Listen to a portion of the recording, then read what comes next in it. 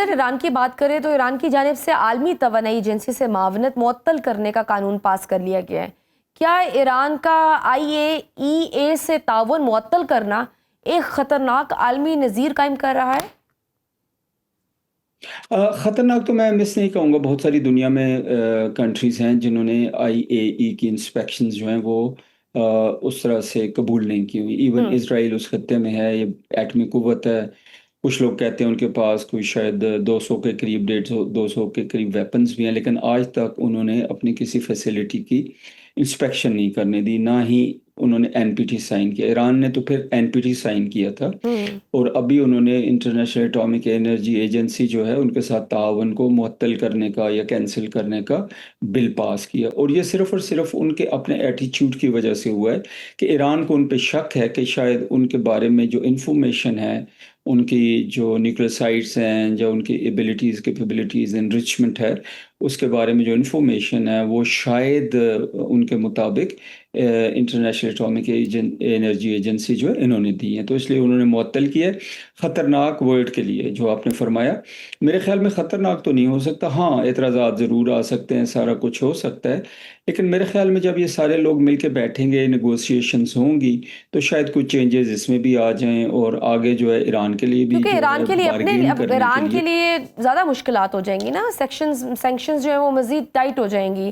जी, बस जी मैम। जी जी, जी। जी, फरमाइए सर जी। सर मौजूदा हालात में अ, क्या हम कह सकते हैं कि खित्ते में प्रॉक्सी वॉर्स के न्यू फेज में हम दाखिल हो रहे हैं? अगर अच्छा ईरान पर नई आलमी पाबंदियां लगती हैं जी, तो जी, उनका जी। असर न सिर्फ ईरान बल्कि पाकिस्तान और दीगर हमसाय ममालिक पर भी तो होगा। जी, मैं इनके 3 जवाबात दूँगा जी। पहली बात तो ये है कि जो इनके ऊपर सैंक्शंस हैं, अगर आपको याद हो तो प्रेज़िडेंट ट्रंप ने अनाउंस किया था, इंडिकेट किया था कि China can buy oil from them. इसका मतलब है कि उनके ज़हन में ये है कि ईरान पे कुछ पाबंदियाँ नरम की जाएँ। उसकी एक रीज़न है। दूसरी चीज़ मैं कहना चाह रहा हूँ वो ये है कि जब भी आप किसी मुल्क को चाहते हैं कि वो न्यूक्लियर जो परसूट हैं, जो उनके एम्बिशंस हैं न्यूक्लियर, उनको वो छोड़ दें, तो आप सख्ती से, ज़बरदस्ती से नहीं छुड़वा सकते। हम्म।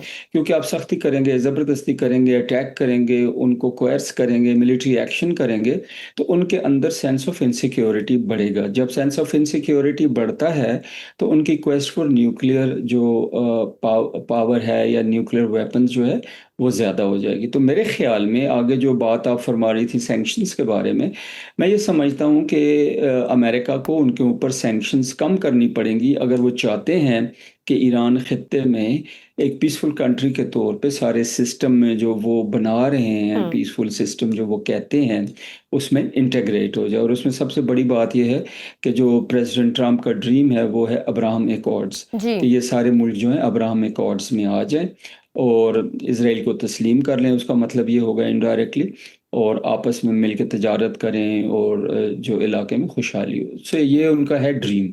अभी ये कैसे रियलाइज़ होता है, वन कैन नॉट से कि हम्म। कैसे होगा, कब होगा, लेकिन मेरा ख़्याल है इसमें जो कंडीशनैलिटीज़ हैं, वो सबसे बड़ी कंडीशन तो ये होगी कि फ़लस्तीन में अमन हो, गज़ा में अमन हो, उसकी रीबिल्डिंग हो, तो सर वो फ़लस्तीन जो उस है हवाले से उसको एक सदर ट्रंप ये कह रहे हैं ना कि वो गजा और इसराइल के माबैन जंग बंदी के मुआहदे को हतमी शक्ल दे चुके हैं। यू रियली जी। थिंक सो कि ये जो मुआहदा ये वाकई ये मुमकिन है कि ट्रंप के कहने पर इसराइली फौज जो है या इसराइल गजा में जाहरियत रोक दे?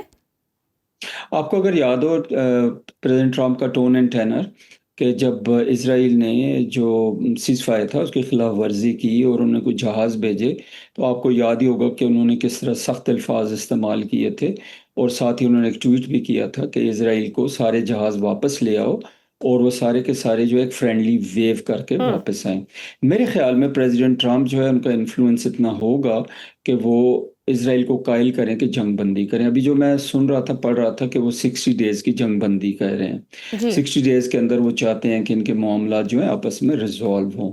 मेरे ख़्याल में इज़राइल के ऊपर जो है वो ट्रंप का एक प्रेशर होगा कि वो इनको जंग बंदी पे आमादा कर सके, क्योंकि प्रेसिडेंट ट्रंप को भी पता है कि अगर जंग बंदी नहीं होती और हम्म। ये चीज़ बढ़ती जाती है, तो जो आपने पहले क्वेश्चन किया था प्रॉक्सीज़ के बारे में, तो जी। फिर ये भी ख़तरा हो सकता है कि जहाँ पे ईरान अपने मिलिट्री जो है वो इक्विपमेंट में इज़ाफ़ा करना चाहेगा, जहाज़ खरीदना चाहेगा, जी।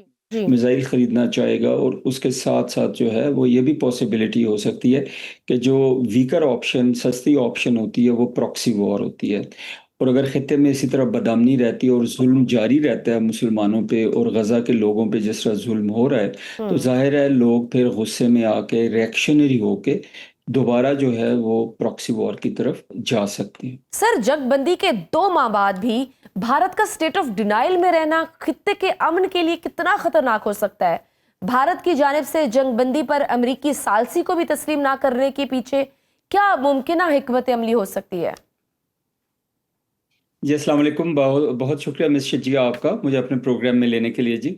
आई थिंक सबसे बड़ी बात जो मिस शिजिया है जी, कि वो उनकी खिफ़्फ़त है, या वो जो उनको शर्मिंदगी उठाना पड़ी है वो है। उन्होंने बहुत ज़्यादा व्हिप अप किया हुआ था सेंटिमेंट लोगों का, और ऐसे ज़ाहिर किया हुआ था कि जैसे वो बहुत बड़ी कुव्वत हैं, और शायद वो चंद घंटों में या 1-2 दिनों में पाकिस्तान को बिल्कुल जो है वो पामाल कर देंगे। जब ये सारा कुछ नहीं हुआ और पाकिस्तान के इफ़ेक्टिव रिस्पॉन्स ने उन्हें मजबूर कर दिया कि वो प्रेसिडेंट ट्रंप की तरफ दौड़ें और उनसे सीज़फायर के लिए कहें, तो वो सीज़फायर तो हो गया। लेकिन चूँकि एट होम हुँ। उन्होंने बहुत ज़्यादा डिफरेंटली प्रोजेक्ट किया हुआ था अपने आप को, अपनी मिलिट्री मशीन को, तो वो फिर अभी उनसे ये बैलेंस नहीं हो रहा। प्रेसिडेंट हुँ। ट्रंप ने तो 12 से 14 दफ़ा शायद मीडिया के ऊपर कह दिया, और लेकिन उनमें से किसी की ये हिम्मत नहीं हुई ये जी। लफ़्ज़ मुँह से बोलें कि प्रेसिडेंट ट्रंप ठीक नहीं कह रहे हैं, वो इनडायरेक्टली इसको डिनाई तो कर रहे हैं। डिनाई क्यों कर रहे हैं उसकी 2-3 रीज़न्स हो सकती हैं। नंबर 1 कि अभी मोदी साहब जो हैं उन्होंने इलेक्शंस में जाना है, और मुल्क के अंदर वो हमेशा ऐसे मौके पे कोई ना कोई अ, बहाना तलाश करते हैं, कोई फ़ॉल्स फ्लैग ऑपरेशन होता है जिससे जो anti Muslim sentiment, anti Pakistan sentiment जो है, उसको भड़काया जाए, उनके जज़्बात को भड़काया जाए और उनसे वोटें लिए जाएँ। तो एक तो ये वजह है कि वो कर नहीं पाए। दूसरा, ओवरऑल मुल्क में भी बड़ी खिफ़्फ़त उठाना पड़ी, और दुनिया में भी शर्मिंदगी हुई कि वो एक खित्ते के जो बन रहे थे strategic partner of United States हुँ। और नेट सिक्योरिटी प्रोवाइडर, तो वो तीनों चीज़ें हो नहीं पाईं। किसी वक़्त वो कुछ भी कर सकते हैं। हाँ, ये ज़रूर है, उनको भी पता है और हमें भी पता है इंशाअल्लाह, कि अगर खुदा न ख़वास्ता वो दोबारा कोई ऐसा एडवेंचर करते हैं, तो अभी अगर 10 टाइम्स ज़्यादा था, तो अगली दफ़ा 100 टाइम्स ज़्यादा रिएक्शन होगा पाकिस्तान का, और फिर वो हमेशा के लिए ख़ामोश हो जाएँगे। वो कभी ऐसा दोबारा कर नहीं सकेंगे, इसलिए तो सर, उनको भी आपके पता है ख्याल में कि ज़बानी जिस तरह की शिकस्त भारत को उठानी पड़ी है और जिस सुबकी का उनको सामना करना पड़ा है, तो आपके ख्याल में भारत के अंदर उनकी अपनी अफवाज में मुराल का क्या लेवल होगा? भारत के स्ट्रेटेजिक हलकों में इस शिकस्त को किस तरह देखा जा रहा होगा? हम पुरज़्म हैं आपको आगाह करने के लिए। अगर आप दुनिया भर से हासिल होने वाली इत्तलात, मालूमात और ख़बरें जानना चाहते हैं, तो अभी सुनो न्यूज़ का YouTube चैनल सब्सक्राइब करें और बेल आइकन पर क्लिक करें।